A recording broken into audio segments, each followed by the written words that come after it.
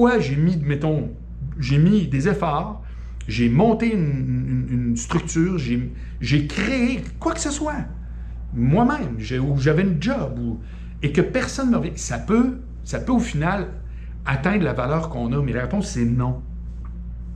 La réponse c'est non, ça n'atteint pas la valeur. Il faut que ça nous parle pour enquêter pour le pourquoi. Ça, c'est hyper important. Il faut absolument comprendre pourquoi on a, par exemple, des critiques négatives à répétition ou que les gens s'en foutent. Il faut savoir pourquoi. Il faut décortiquer froidement le pourquoi. Et une fois qu'on le sait, c'est pas supposé changer la valeur, c'est supposé être soit un déclencheur pour faire du changement, genre, OK, ouais, le monde, je comprends, il trouve que telle affaire. Ça fait que c'est vrai, je pourrais corriger ça. Ah, ça c'est super, ta valeur n'est pas atteinte.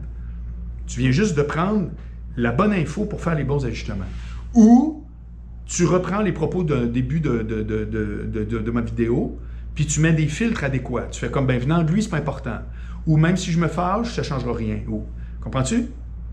Tu regardes, je sais que j'ai mis beaucoup de stock, là, vous pouvez la réécouter si vous voulez, là, mais il reste que je suis convaincu que la démarche, c'est ça. Donc, c'est de prendre les bons filtres, puis aussi d'être capable de comprendre qu'il y a constamment, à quelque part, surtout dans une critique négative ou dans un vide récurrent, il y a toujours quand même une information. Mais cette information-là ne veut pas dire que c'est vous autres qui n'êtes pas bons. Moi, j'ai souvent dit ça, là. Ah, écoute, il y a tellement de formules toutes faites, il faut faire attention à ça. C'est là que ça demande un effort de lucidité. Quand les animateurs, vous remarquerez, quand les animateurs arrivent, là, évidemment, ça n'a pas lieu, mais à cause du COVID, mais quand les animateurs arrivent et commencent un gala, la disque, tout ce que vous voulez, qu'est-ce qu'on entend tout le temps? Presque tout le temps. C'est quasiment mécanique. Ah, il avait l'air nerveux au début, mais savez-vous quoi? Je vais vous dire quelque chose.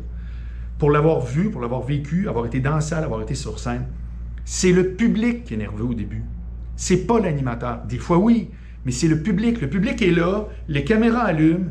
Est-ce qu'il me regarde? Est-ce que tout le monde là est sur son genre? Moi, j'appelle ça avoir le balai dans le cul. Là. Puis tout le monde est comme ça en train de se demander. Mais pendant ce temps-là, le gars qui en a vu d'autres, le François Morancy ou le Charles Lafortune, là, ils sont zéro nerveux. Je veux dire, ils peuvent avoir genre, bon, mais je suis dans mes bottes, là, blablabla. Mais dans la vraie vie, ils commencent, le truc est rodé, c'est des professionnels, on en revient. Mais l'idée, c'est qu'ils ont l'air nerveux parce que caméra se promène, puis on voit dans la salle des gens qui sont stiffs comme des balais. Ça fait que ça nous donne comme un genre de mauvaise impression.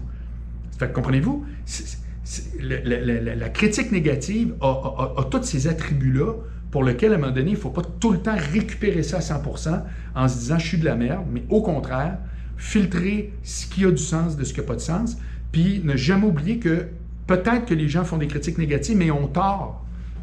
Ont tort. C'est le dernier point de ma vidéo aujourd'hui. C'est pas parce que la critique est négative que c'est une critique raisonnée, que c'est une critique qui a raison.